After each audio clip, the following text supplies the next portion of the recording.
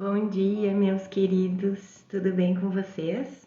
E hoje a nossa lição é importantíssima. O próprio Ken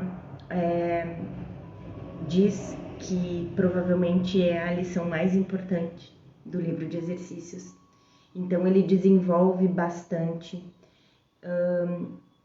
vai entrar com muitas ideias que a gente já falou em outras lições, mas aí ele vai dar exemplos em torno disso e aprofundar bastante. Ele desenvolve muito e eu não vou ficar eu fazendo meus comentários, ele fala muita coisa que eu já falei, inclusive aquela história de cada vez que eu falo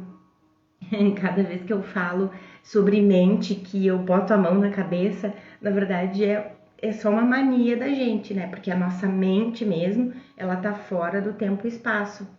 Ela não é a nossa mente cerebral, das conexões cerebrais, é outra coisa. E até isso o Ken traz para essa lição aqui também hoje. Mas ele explica perfeitamente bem a lição 23, que diz: eu posso escapar do mundo que vejo desistindo dos meus pensamentos de ataque. Então, a introdução que o Ken começa já dessa lição é justamente dizendo que é a lição mais importante, né?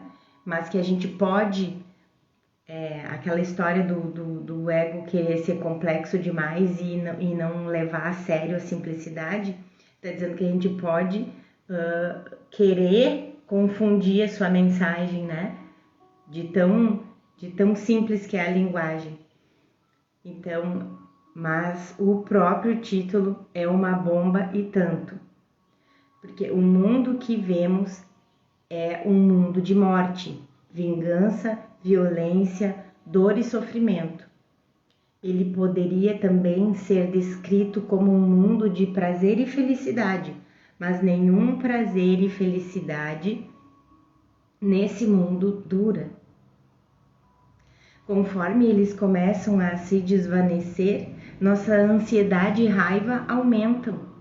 Nosso especialismo se sente não preenchido e nós inevitavelmente experimentamos dor. Jesus está nos ensinando agora que a maneira de escapar dessa dor não é fazendo nada no mundo, mas mudando a forma com que olhamos para o mundo. Ele vai dizer já logo adiante ali que esse curso é um curso da mente. A ideia, então, de hoje contém a única saída para o medo que terá sucesso. Nada mais funcionará. Tudo o mais é sem significado. Mas esse caminho não pode falhar. Jesus garante pra gente. Você não lida com o medo vencendo-o diretamente ou mudando qualquer coisa do mundo ou do corpo. Você pode escapar do medo apenas mudando sua causa, que é a decisão de ser separado. Muitos métodos do mundo vão funcionar, mas não o tempo todo. Em outras palavras, os ganhos que você pode receber de seguir as orientações do mundo não vão durar, não importando quão nobres e idealistas eles possam parecer, porque a causa da angústia foi negligenciada. Essa foi a resposta aguda de Jesus a Ellen, a qual devemos retornar periodicamente. Quando logo no início do ditado do livro, ela pediu a ele para remover seu medo. Olha o que Jesus respondeu para Ellen. Meu Deus, eu estou toda arrepiada. Olha isso. A correção do medo é tua responsabilidade. Quando pedes a liberação do medo, estás deduzindo que não és a responsável. Deverias pedir, ao invés disso, ajuda nas condições que trouxeram o medo. Essas condições sempre acarretam uma disponibilidade para estar separado. Podes ainda reclamar do medo, mas apesar disso, persistes em amedrontar a ti mesmo. Se eu interviesse entre os teus pensamentos e os seus resultados, estaria adulterando uma lei básica de causa e efeito, a lei mais fundamental que existe. Dificilmente eu poderia te ajudar se depreciasse o poder do teu próprio pensamento. Isso estaria em oposição direta ao propósito desse curso. É muito mais útil lembrar-te de que não vigias os teus pensamentos com suficiente cuidado. Jesus, portanto, estava apelando ao poder da mente de Ellen de escolher estar com medo. A gente escolhe estar com medo, estar com raiva, dirigindo sua atenção para a causa da sua angústia, para longe dos seus efeitos. Cada pensamento que tens constitui algum segmento do mundo que vês. Portanto, é com os teus pensamentos que nós temos que trabalhar. Se é que a tua percepção do mundo vai ser mudada. Essa é outra afirmação clara de causa e efeito, e uma que é dita bem literalmente. A causa de tudo no mundo é os nossos pensamentos. A gente já falou isso praticamente em todas as lições até aqui. E o efeito é tudo que vivenciamos no mundo. Então, se tem alguma coisa que pode ser mudada, tem que ser a mente. Lembra que não tem como mudar a tela, a gente tem que mudar o filme, a película precisa ser mudada. Não tem como pegar uma borracha e ir lá apagar na tela. Tá tudo na causa. Esse princípio, no entanto, precisa ser compreendido do ponto de vista da mente. Mente. De outra forma, ficaríamos tentados a acreditar que um pensamento nosso em particular tem um efeito danoso sobre algo externo. Gente, outro paradigma que vai ser quebrado totalmente aqui, que a gente vinha acreditando demais, que os nossos pensamentos aqui cerebrais, esses nossos pensamentos cerebrais, tinham um efeito lá fora no mundo. Presta atenção no que ele vai dizer aqui. Por exemplo, se você, como um indivíduo, tiver um pensamento zangado sobre alguém e depois algo infeliz acontecer, pode pensar equivocadamente que essa lição significa que você é responsável pelo que aconteceu com aquela pessoa.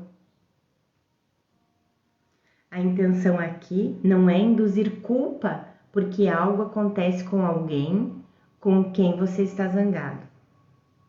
Jesus está falando sobre um pensamento na mente, o que significa que se essa pessoa cai de uma escada, isso é visto como uma escolha que ela fez. Talvez junto com você, se você reagir, né? Como é que a gente reage já? Desesperado, apavorado, com medo, com culpa. Mas não o que você pensa ser. Não foi porque você pensou que ela podia cair que ela caiu. Não é esse pensamento cerebral aqui, ó. É essencial se lembrar de que pensamentos são da mente, não do cérebro. O que usualmente identificamos como nossos pensamentos pertence ao cérebro, o qual nos é dito muitas e muitas vezes: você não pensa realmente. Jesus está falando conosco exclusivamente sobre a mente. Lembrem-se, a mente está fora do tempo e do espaço. E o mundo de tempo e espaço emana do pensamento único de separação. Uma vez que acreditamos estar aqui, tudo parece ser real e governado por leis que estabelecemos. Elas serão sempre alguma expressão de causa e efeito. Por exemplo, eu tomo veneno e o meu corpo experimenta o efeito. Fico doente e posso até morrer. Tanto a causa aparente, eu ter bebido o veneno, quanto o efeito aparente, a doença ou a morte do meu corpo, são os efeitos de uma causa mais ampla, que é o pensamento que diz. O pensamento fora do tempo e espaço, da mente que diz, da mente errada que diz, vou provar que estou certo e Deus errado. Vou provar que a separação é real, o corpo é real e que o pecado definitivamente tem um efeito, a minha morte. Nossa, pareceu Shakespeare agora. Ai, meu Deus do céu, meu ego demais. Essa lição, como está óbvio, não discute verdadeiramente esses princípios. Essa é uma função do livro-texto, tá? Discutir princípios é lá do livro-texto, mas seus ensinamentos subjacentes certamente estão refletidos aqui nessa lição. Jesus não está esperando que os estudantes, nesse ponto, tenham uma compreensão total dos princípios teóricos do texto. Ele simplesmente nos pede para começarmos a praticar os exercícios. A prática consistente vai acabar levando a uma compreensão da metafísica mais profunda do sistema de pensamento de Um Curso em Milagres.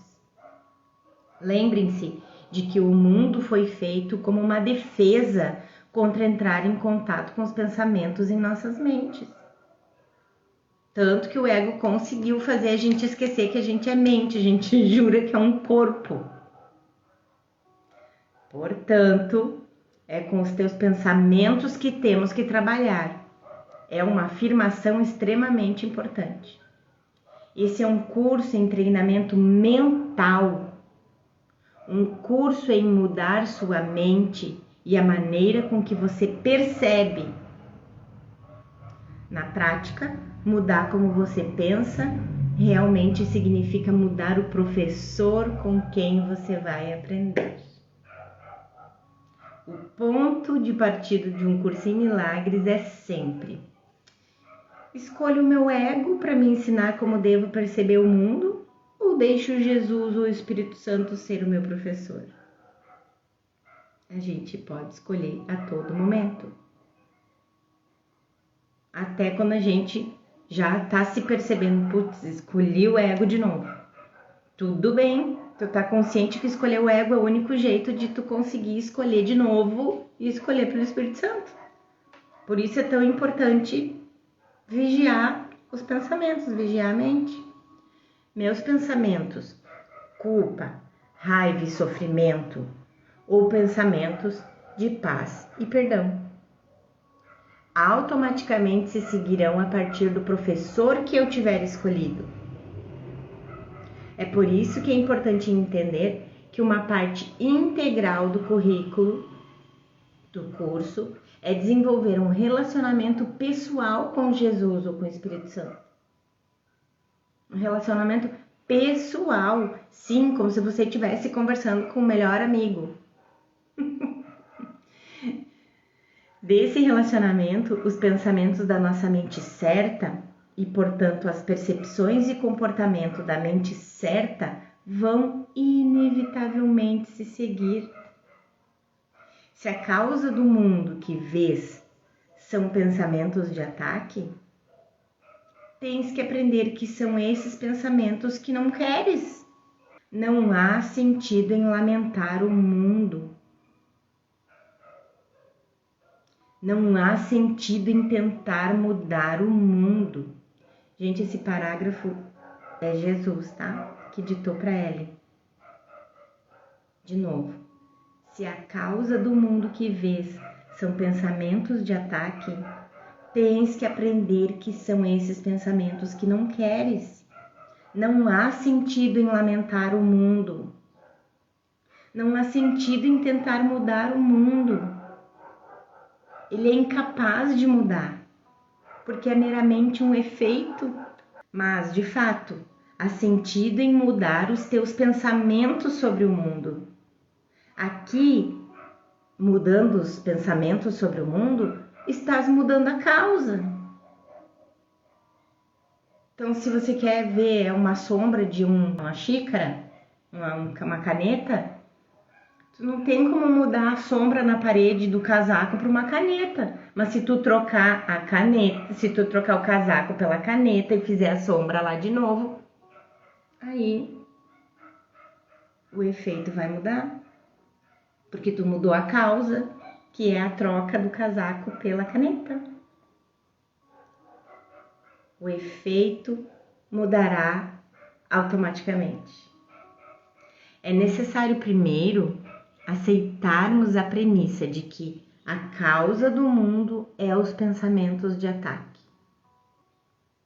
Isso é verdadeiro tanto em nível mais amplo, que a causa de todo o universo físico é um pensamento de ataque, quanto ao mundo individual microscópico, que o nosso ser físico e psicológico é causado por um pensamento de ataque, que é a crença em que somos separados.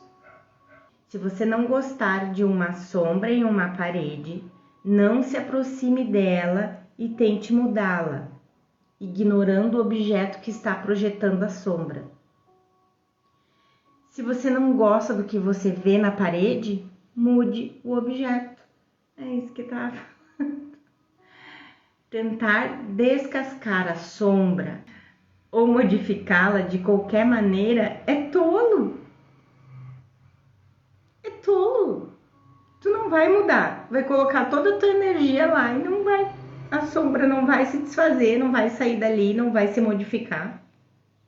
É isso que ele diz, não tente mudar o mundo, porque o mundo é um efeito. Essa é uma analogia, mas ela é perfeita para a gente entender isso. O universo físico pode ser comparado a uma sombra, uma reminiscência da alegoria da caverna de Platão. Quem não conhece, vale a pena conhecer essa alegoria da caverna de Platão, que é porque Jesus diz em uma linha frequentemente citada: não confie em tuas boas intenções. Elas não são suficientes. São as pessoas bem intencionadas no mundo que querem mudá-lo, consertá-lo, torná-lo melhor. Elas podem ter sucesso até certo ponto, mas vão, em última instância, falhar se ignorarem que a causa subjacente do mundo é a separação.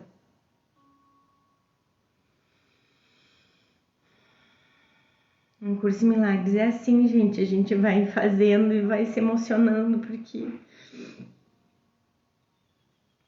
o que Jesus nos ensina aqui a gente nunca aprendeu.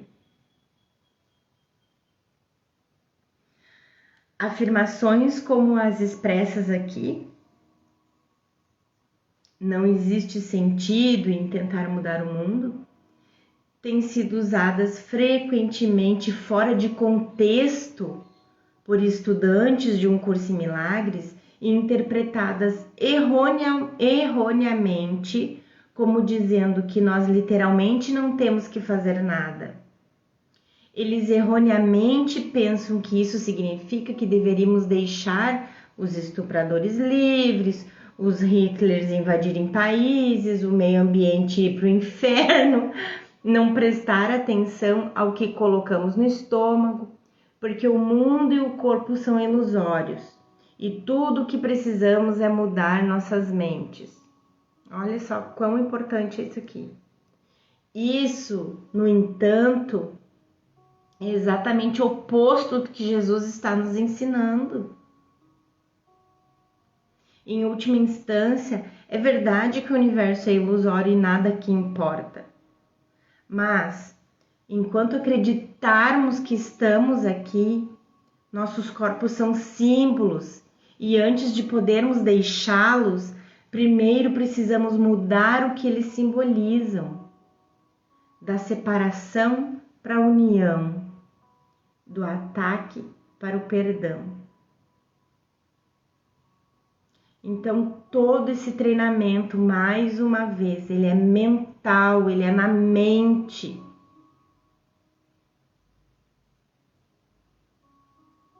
E se a gente tiver com aquele relacionamento pessoal com Jesus e com o Espírito Santo, que a gente aquietar a nossa mente, a gente vai saber o que fazer na forma. Pode ser, sim, me tornando uma juíza, né? Que na forma faz o que precisa ser feito porque aquela pessoa que está na mente errada tá matando um monte de gente.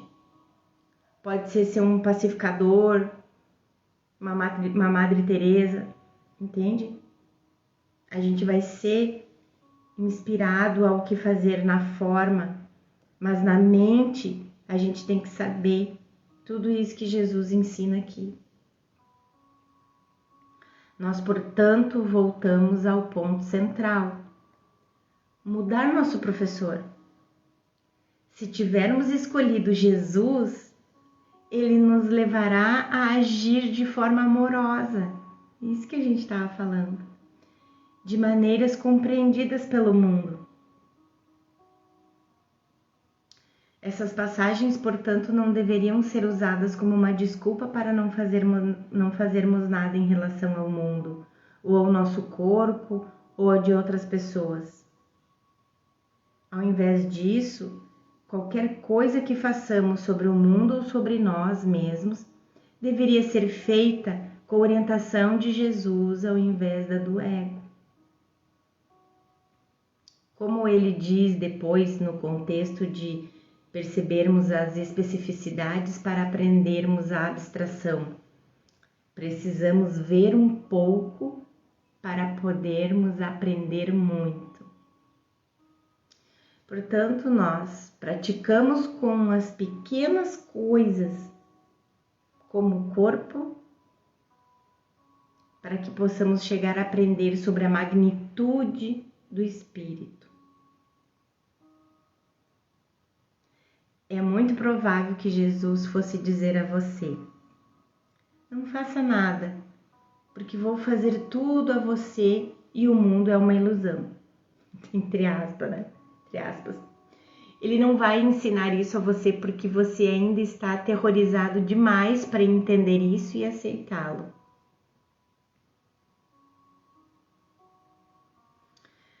Vou dar um exemplo aqui, gente, bem rapidinho sobre tudo isso daí que ele estava falando, tá? Assim, se o pensamento é a causa e o efeito é o que eu vejo no mundo, é o que eu vejo no meu corpo, então tá, então eu vou comer qualquer coisa, eu vou comer de tudo e isso aí não importa, é ilusão. Só que no fundo, e às vezes nem precisa ser muito no fundo, não. A cada coisa que a gente come, a gente tá acreditando que vai engordar. A cada coisa que a gente come, a gente vai lá e busca uma mensagem no passado, uma experiência no passado. E lembra, quando eu comia tal coisa me fazia mal. Vai me fazer mal. Aí tu come e faz mal. Porque tu ainda acredita que tu é um corpo, tu foi lá, buscou a experiência no passado, lembrou que aquilo lá te faz mal e tu vai te fazer mal de novo. Não é porque o corpo tenha significado, que ele seja real, porque isso tudo significa alguma coisa, mas é que a gente ainda acredita que sim. E se a gente acredita que sim, a gente vai continuar sofrendo os efeitos, porque a causa é a tua crença que sim, que vai fazer mal, que sim, que vai engordar. Entende por que ele está dizendo que também não é pra gente agora ficar dizendo não, que o mundo é uma ilusão e daí eu não vou fazer mais nada? Porque não adianta. Primeiro, a gente precisa aprender a mudar a causa e a lembrar que a gente é mente, que a gente é espírito. Aí depois a gente amplia. Mas a gente tá nos degrauzinhos, tá nos níveis bem iniciais, né, do aprendizado. Então, enquanto você se identificar com o seu corpo, e isso inclui a todos os que estudam esse curso, seu significado para você tem que ser modificado. Você não desiste do corpo. Você não passa dos pesadelos do ego diretamente para a verdade da eternidade. Ao invés disso, você passa dos pesadelos do ego para os sonhos felizes do Espírito Santo. É um processo de passagem. Nada mais amedrontador, isso aqui é uma passagem do livro-texto, tá, gente? Nada mais amedrontador do que um sonho vão aterrorizou o Filho de Deus e o fez pensar que ele perdeu a sua inocência, negou o seu Pai e fez uma guerra contra si mesmo. Tão amedrontador é o sonho, tão aparentemente real, que ele não poderia despertar para a realidade sem o suor do terror e um grito de medo mortal, a não ser que um sonho mais gentil precedesse o seu despertar e permitisse que sua mente mais calma desse boas-vindas à voz que chama com amor para que ele desperte ao invés de temê-la. Um sonho mais gentil, no qual seu sofrimento foi curado e seu irmão veio a ser seu amigo. A vontade de Deus é que ele desperte gentilmente e com alegria. E deu-lhe o meio para despertar sem medo, que é o Espírito Santo. Mas a gente precisa desse processo de passagem. Porque sem esse processo de passagem, o medo é muito grande. Isso significa que o corpo vem a servir outro propósito e tem um significado diferente. Os meios para desfazer toda a culpa e ódio dos outros. Com esse novo propósito em mente, você está livre para usar seu corpo de forma amorosa, tratando a si mesmo e aos outros de forma mais benigna. As formas não importam. O professor que você escolhe, sim. Todos, no entanto, são tentados a pular etapas, porque o medo de olhar para o que realmente significa viver no mundo do ego é doloroso demais. Como resultado disso, um curso em milagres com frequência demais, se torna uma forma de escapar da dor das nossas vidas diárias, ao invés de ser um meio de desfazê-la. E eu assumo, eu sou uma dessas. E Jesus sabe, né? E o Ken também. Ken era um professor maravilhoso. Com muita frequência eu quero usar um curso em milagres para escapar da dor, sim. Mas estou consciente disso e agora eu sei que eu posso escolher diferente. E escolher ele como um meio de desfazer os equívocos da mente. A gente se debate. Bate a cabeça na parede, chora, esperneia. Resiste, diz que não entende, eu não entendo essa lição, eu não entendo o que ele está querendo dizer aqui. Eu vou jogar esse livro pela janela.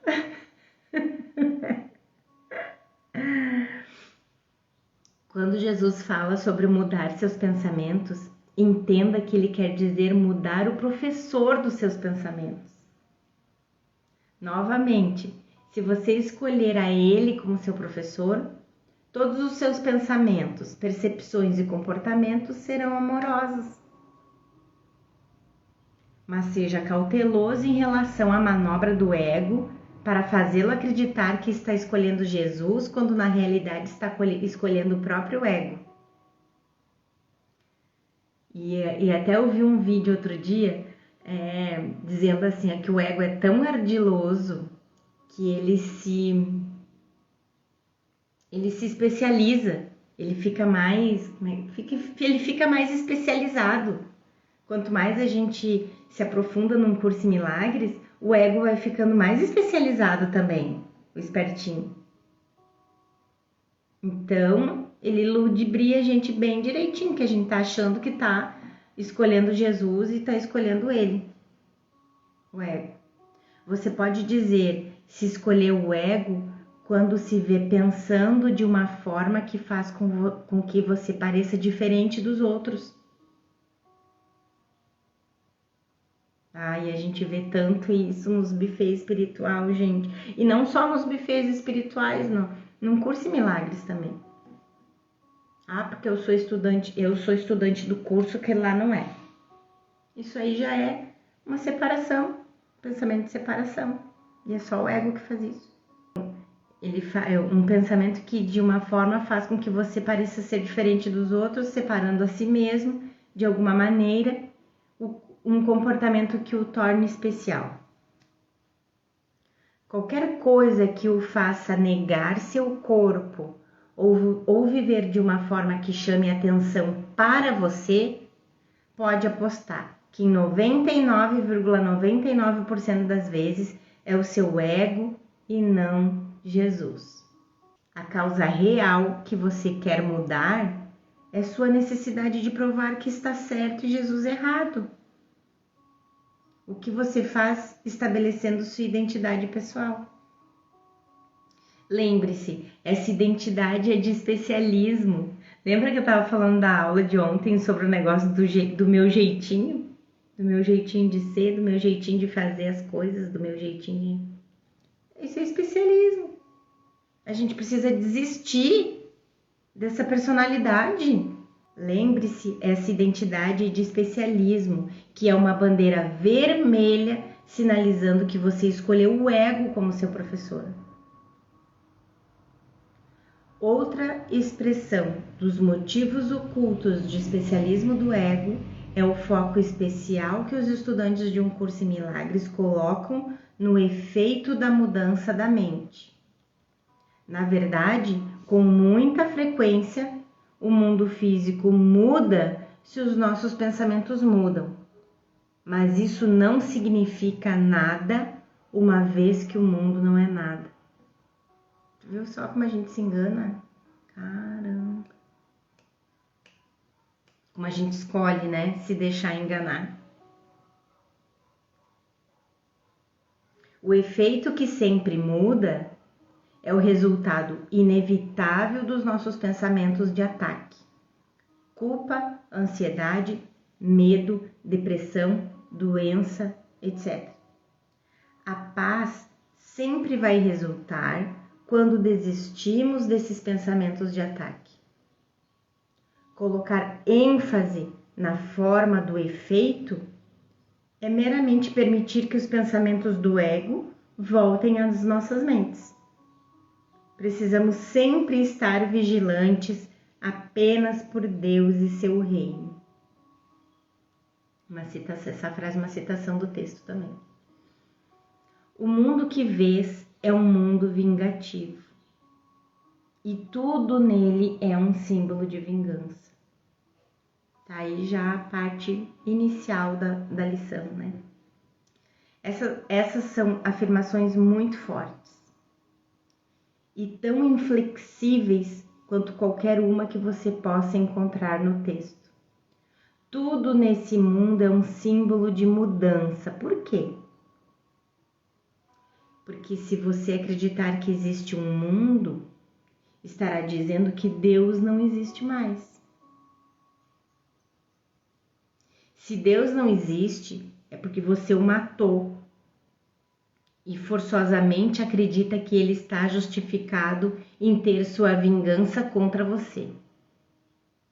Você bloqueia esse horrendo pensamento e conflito, o projeta, e então acredita que é o mundo que vai procurar se vingar de você.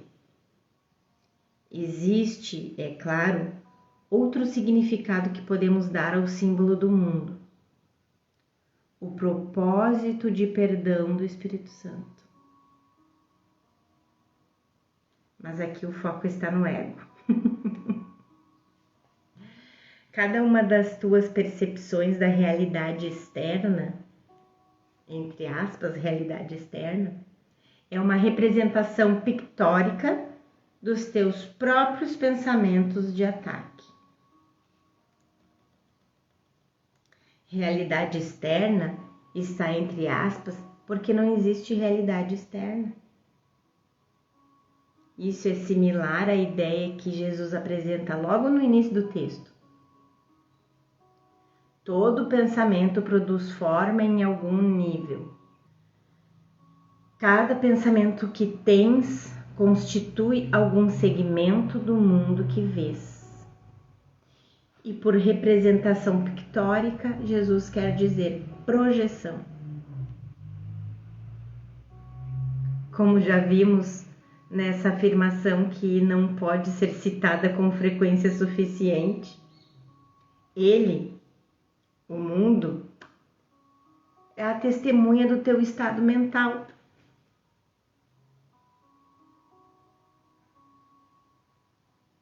O retrato externo de uma condição interna. Jesus citou isso. Novamente, Jesus se refere ao pensamento que acontece dentro do sistema do ego, que sempre reflete algum aspecto de ataque. Cabe realmente perguntar se isso pode ser chamado de ver. Não seria fantasia uma palavra melhor para tal processo e alucinação, um termo mais apropriado para o resultado? De novo, isso que a gente vê, esse mundo que a gente vê de corpos, de guerra, assassinato, vingança, não seria fantasia uma palavra melhor para tal processo e alucinação um termo mais apropriado para o resultado? Fantasia é um termo psicológico para pensamentos que não são reais, geralmente dizendo respeito a trazer algo que você quer. Isso significa trazer à tona o aliado mais confiável do ego, especialismo.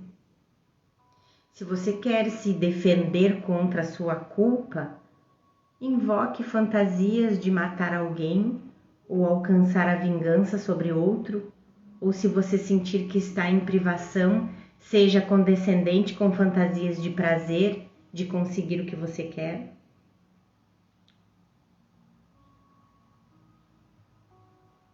Tudo nesse mundo, ódio especial ou amor especial, vem de um pensamento de fantasia.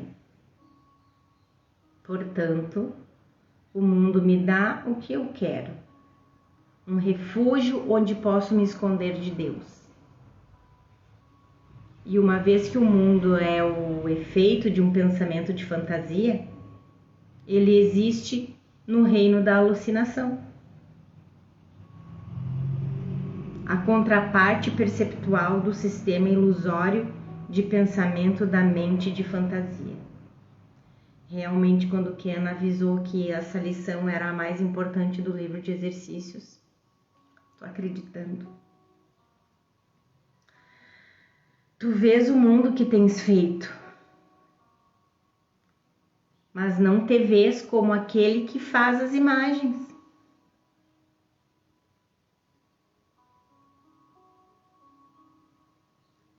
Isso é negação, discutida em detalhes mais adiante. A doença é uma defesa contra a verdade, que nos instrui que nós inventamos uma doença Então nos esquecemos de que fizemos isso. Essa é outra forma de dizer que somos o sonhador do sonho. Mas nos esquecemos da fonte do sonho e ao invés disso acreditamos que é o sonho que está nos sonhando. Meu Deus, é muita alucinação, gente. Foi assim que todas as ilusões vieram. Aquele que as faz não se vê fazendo-as. Entender? Sonhador do sonho. Aquele que faz as imagens não se vê fazendo-as. E a realidade delas não depende dele. Qualquer que seja a causa que tenham, é algo bastante à parte dele, e o que ele vê está separado da sua própria mente. Ele não pode duvidar da realidade dos seus sonhos, porque não vê a parte que desempenha em fazê-los parecerem reais.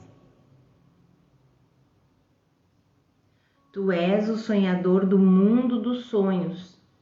Ele não tem outra causa, nem nunca terá.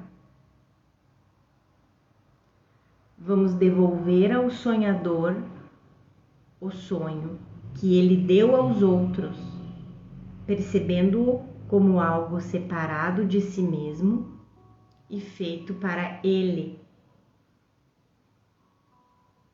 O milagre não te desperta, mas te mostra quem é o sonhador. Ele, o sonhador, não havia visto que era o autor do sonho e não uma de suas figuras. Então, assim, Ken fala muito isso. Quem acompanha os vídeos do Ken sabe que ele fala muito isso. Esse sonho é meu. Eu sou o sonhador desse sonho e todas as pessoas, as minhas relações, os meus relacionamentos são os personagens que eu coloquei lá, vendo como separados de mim e feito para mim, para o meu sonho. É isso que Jesus estava dizendo aqui nessa passagem. Não podes ser salvo do mundo, mas podes escapar da sua causa. É isso o que a salvação significa, pois onde está o mundo que vês quando a sua causa se foi?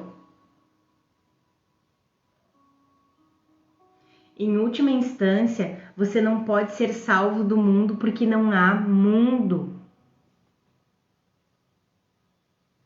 Você é salvo do seu sistema de crenças que lhe diz que existe um mundo. Esse sistema de crenças, como já viemos dizendo, repousa na autoacusação de que matamos Deus para que pudéssemos existir em seu lugar. No mundo real, você está literalmente fora do sonho e totalmente identificado com o amor do Espírito Santo. Esse é o mundo real. Você não se identifica mais com a causa do mundo, que é a crença na separação de Deus. Você pode parecer estar no mundo como Jesus fez. Jesus pareceu caminhar nesse mundo. E ele disse. Então você pode parecer estar no mundo como Jesus fez, mas sua realidade permanece fora dele. Você não sofre mais os efeitos. Então, para você, o mundo desapareceu. Por isso que Jesus fala aqui dos estudantes de um curso em milagres que a gente, enquanto o nosso corpo serve de meio de instrumento de comunicação para o Espírito Santo, a gente segue caminhando aqui como se nada tivesse acontecido. O mundo e os seus efeitos desapareceram para ti. Tu não sofre mais os efeitos do mundo. A visão já mantém uma substituição para tudo que pensas que vês agora. A beleza pode iluminar as tuas imagens e assim transformá-las de tal modo que tu as amarás, embora tenham sido feitas de ódio, porque a tua percepção mudou. Você está percebendo com a visão, com V maiúsculo, de Cristo, do Espírito Santo. Então, visão com V maiúsculo é o termo do curso para a percepção da mente certa ou a percepção verdadeira, identificada com o sistema de pensamento de expiação do Espírito Santo. Expiação aqui refere-se à correção. Um equívoco se corrige. E esse pensamento todo de separação que a gente teve foi apenas um equívoco da mente do Filho de Deus. Não foi um pecado passível de punição, um equívoco passível de correção. Essa é a expiação do Espírito Santo. Meus pensamentos são imagens que eu fiz. E falava das restas de luz que circulavam ao redor dos objetos, lembra? Ele explicou então que as referências a essa luz eram originalmente destinadas a um amigo de Ellen e de Bill e não eram para ser tomadas como literais, porque elas são melhor compreendidas em termos de conteúdo, o que significa que aprendemos a ver as coisas de forma diferente, só isso. Não é que a gente vai ver o sofá todo iluminado, cheio de restos de luz em volta, ou que eu vou ver o meu irmão cheio de luz em volta. De repente pode até ser que sim, cada experiência, né? Mas literalmente não é isso que ele está dizendo. Ele está dizendo que a gente vai ver o mundo com os olhos de Cristo. E como que Jesus via o mundo e via as pessoas? Como Cristo, que somos uma só mente. Essa nova forma de ver é representada pela luz. A beleza pode iluminar as tuas imagens. Tudo no mundo agora se torna belo em nossa percepção repleta de luz, porque seu propósito foi mudado. Devemos retornar a esse conceito importante do propósito. Ainda que nossas imagens tenham sido feitas de ódio, uma palavra mais forte do que ataque, seu propósito é agora modificado. Nós olhamos para elas com amor, apesar da sua origem. Tal é a percepção benigna do Espírito Santo sobre o especialismo, seu uso do que fizeste para curar ao invés de ferir. O propósito de fazermos o mundo foi proteger nossa individualidade e pensamentos pecaminosos através da projeção. Com esse propósito modificado, o mundo se torna uma sala de aulas na qual aprendemos que não há mundo, revertendo a projeção, trazendo-a de volta à mente que era a sua fonte. Esse adorável pensamento nos liberta, conforme sua beleza ilumina nossa visão e tudo que vemos. A visão já mantém uma substituição para tudo que pensas que vês agora. A beleza pode iluminar as tuas imagens e assim transformá-las de tal modo que tu as amarás, embora tenham sido feitas de ódio. Pois não as estarás fazendo sozinho. Estarás acompanhada do Espírito Santo. Essa é outra expressão dos princípios de que as mentes são unidas. Jesus não está falando da união corporal de qualquer tipo. Nós não as faremos sozinhos porque quando escolhemos nos identificar com Jesus, estamos fazendo uma escolha distinta contra a separação e pela unidade. Esse é o significado de estar com Jesus. Se ele é o Cristo, porque ele é o Filho único de Deus, eu me uno a ele em um instante santo e sou o Cristo também, junto com todos os outros. Quando escolho o instante não santo, uma vez que todos são um comigo dentro do sistema de pensamento do ego também, estou enviando a mensagem de que nós estamos certos e Deus errado. Estamos certos em nossa crença de que somos separados. Você está certo em se sentir injustamente tratado e eu estou certa em me sentir zangado com você. Nós, portanto, não estamos sozinhos ao experimentarmos os efeitos dos nossos pensamentos, da mente errada ou da mente certa, os efeitos do que vemos, ou a visão de Cristo. A mente do Filho de Deus é uma. Esse princípio não tem nada a ver com esse mundo ou com nossa experiência aqui, mas apenas com pensamentos das nossas mentes, dos quais existem dois, ambos perfeitamente unificados. O pensamento de separação do ego, que nós compartilhamos como um filho, e a correção da expiação para aquele pensamento que nós também compartilhamos. Então é como se a gente tivesse, como se fossem duas mentes, só que uma verdadeira, a outra ilusória. Então quer dizer, é um ego só. Por que a gente não experimenta sozinho os efeitos dos nossos pensamentos? No texto, Jesus diz que a visão ou o julgamento são nossa escolha. Mas não ambos. Isso quer dizer, ou a gente escolhe a visão ou a gente escolhe o julgamento. A gente não pode ter as duas coisas. A visão nos vê a todos como um e é refletida nesse mundo através do fato de compartilharmos um propósito comum. Já o julgamento vê a culpa em relação ao pecado de assassinar Deus para que pudéssemos existir. E por causa dessa culpa, tentamos continuamente matar outra pessoa, cumprindo o princípio do ego de um ou outro.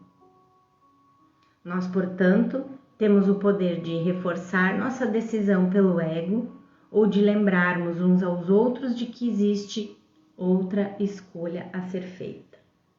Ele diz que é a fonte principal dos 3 passos de perdão. A ideia para o dia de hoje introduz o pensamento de que não estás preso numa armadilha ao mundo que vês, pois a sua causa pode ser mudada.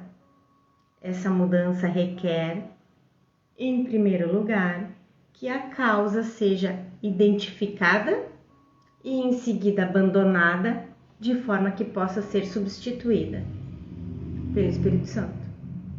Identificar a causa é reconhecer que o problema não é o que está no mundo. Meu transtorno não é causado pelo que o meu corpo ou de outra pessoa qualquer faça ou deixe de fazer para mim.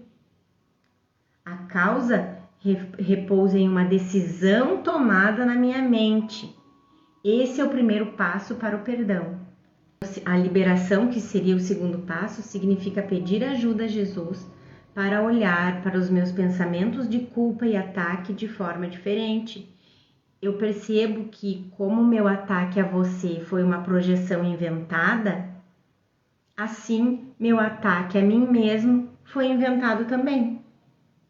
Eu permaneço como Deus me criou. Quem eu sou como filho de Deus não mudou. Liberar, portanto, encerra olhar para minha culpa com o amor de Jesus ao meu lado. E então o terceiro passo. No instante que eu peço ajuda a Jesus para olhar para minha culpa, sua luz brilhante e misericordiosa faz com que a culpa desapareça. E uma mente sem culpa não pode sofrer, lembra? Minha responsabilidade é apenas trazer a culpa a Ele. Né? A nossa responsabilidade é trazer a culpa que a gente sente a Jesus. O significado de aceitar a expiação para mim mesmo. Tudo começa em aceitar a expiação para mim mesma, correção daquele primeiro pensamento equivocado de separação. Então, para resumir brevemente esses passos. 1. Eu trago de volta para dentro da minha mente a culpa que projetei em você. 2. Olhando com Jesus, como Jesus diz, a gente se eleva acima do campo de batalha e só observa. De mãos dadas com Jesus, a gente observa o campo de batalha lá e entrega essa culpa toda para Jesus. E nesse exato instante, no passo 3, a culpa se vai, pois eu aceitei o amor e a luz que já estavam presentes, mas que estavam ocultos sob a escuridão da minha culpa, protegido por os meus pensamentos de ataque. Os 2 primeiros passos deste processo requerem a tua cooperação, mas o terceiro e último passo, que é desfazer, é Jesus e o Espírito Santo que desfazem. Então, o último não. O último passo não é responsabilidade nossa. As imagens já foram substituídas. Ao dar os 2 primeiros passos, verás que isso é assim.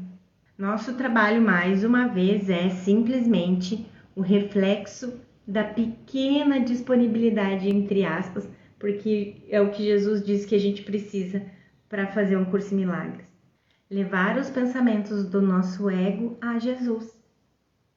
Aqueles que projetamos para fora, com os quais fizemos o mundo, e aqueles que fizemos sobre nós mesmos. Tudo o que acreditamos já se foi, como a passagem que citei antes afirma. A gente já viu isso mesmo em outra lição que a Ana já tinha trazido, que é uma frase do texto, então é uma frase de Jesus.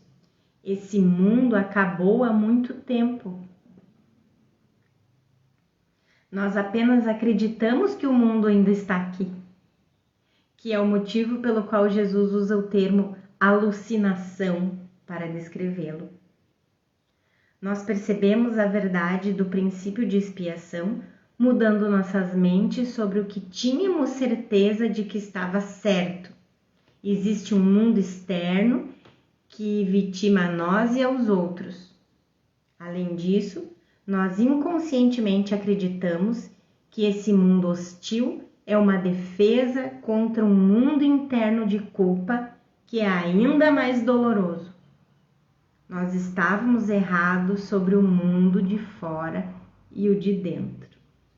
Além de usá-la ao longo do dia, quando a necessidade surgir, 5 períodos de prática são requeridos para a aplicação da ideia para ti mesmo e depois fecha os olhos e dedica mais ou menos 1 minuto a examinar a tua mente, buscando tantos pensamentos de ataque quantos te ocorrerem. Como eu já falei, examinar a mente é um tema proeminente em um curso em milagres, porque nossos pensamentos de ataque estão ocultos, inconscientes. Parte do treinamento que empreendemos como estudantes do livro de exercícios e do próprio curso é permitir a nós mesmos vermos os pensamentos de ataque anteriormente ocultos em nossas mentes. À medida que cada um deles cruzar a tua mente, dize: eu posso escapar do mundo que vejo, desistindo dos pensamentos de ataque sobre... Aí você procura na tua mente aí. Quais são os pensamentos de ataque que você tem? Seja contra outros, contra o mundo, contra ti mesmo. Mantém em mente cada pensamento de ataque ao dizer isso. Depois descarta-o e passa ao seguinte. Essas instruções esclarecem o processo importante de trazer a escuridão das nossas ilusões à luz da verdade. Trazer à luz a ilusão meramente fortalece essa ilusão. Quer dizer, a gente não traz a verdade para nós. A gente não chama Deus e Jesus para nós, o Espírito Santo para nós. A gente se eleva a eles. Então a gente leva a ilusão para a verdade e não tenta trazer a verdade para dentro da ilusão. Porque daí a gente está dando verdade para a ilusão, ao invés de desfazê-las. Durante os períodos de prática, certifica de ti de incluir tanto os pensamentos em que atacas, quanto aqueles em que és atacado. Os seus efeitos são exatamente os mesmos, porque ambos são exatamente os mesmos. Tanto que se você ataca, quanto se você se sentiu atacado por alguém. Tu ainda não reconheces isso, e nesse momento pede-se apenas que os trates como se fossem os mesmos nos períodos de prática de hoje. Nós ainda estamos no estágio de identificar a causa do mundo que vês. Quando tu finalmente aprenderes que pensamentos nos quais atacas ou nos quais és atacado, não são diferentes, estarás pronto para deixar que a causa se vá.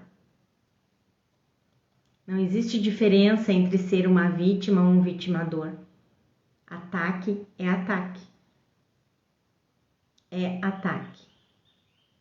Jesus reitera que ele não espera que compreendamos isso, sem falar em nos identificarmos com ou até mesmo acreditarmos nisso. Mas ele está nos pedindo para praticarmos. É só isso que ele pede, para a gente praticar. E ele nos diz precisamente como fazê-lo. Como aprendemos, não existe diferença entre um auto-ataque, culpa, e o ataque. Nós percebemos que ser uma vítima é a forma mais cruel de ataque possível. Se vimos a nós mesmos como vítimas, fica claro que alguém mais vai pagar o preço da punição pelo nosso pecado. É esse sofrimento vitimado que aponta o dedo acusador para outra pessoa. Desistir de nosso investimento em vermos a nós mesmos como vítimas é a ilusão mais difícil de perder de todas. Nossa própria existência é baseada na ideia de que nós somos as vítimas. Nós não escolhemos vir para esse mundo. Foram nossos pais que nos trouxeram aqui. Nós não escolhemos ter nossos corpos, personalidades ou problemas. Foram os nossos genes ou o meio ambiente que foram os fatores determinantes. Assim nós acreditamos. É muito difícil aceitar que ver a si mesmo como à mercê de forças além do nosso controle é um ataque. No entanto, esse é o ponto da lição.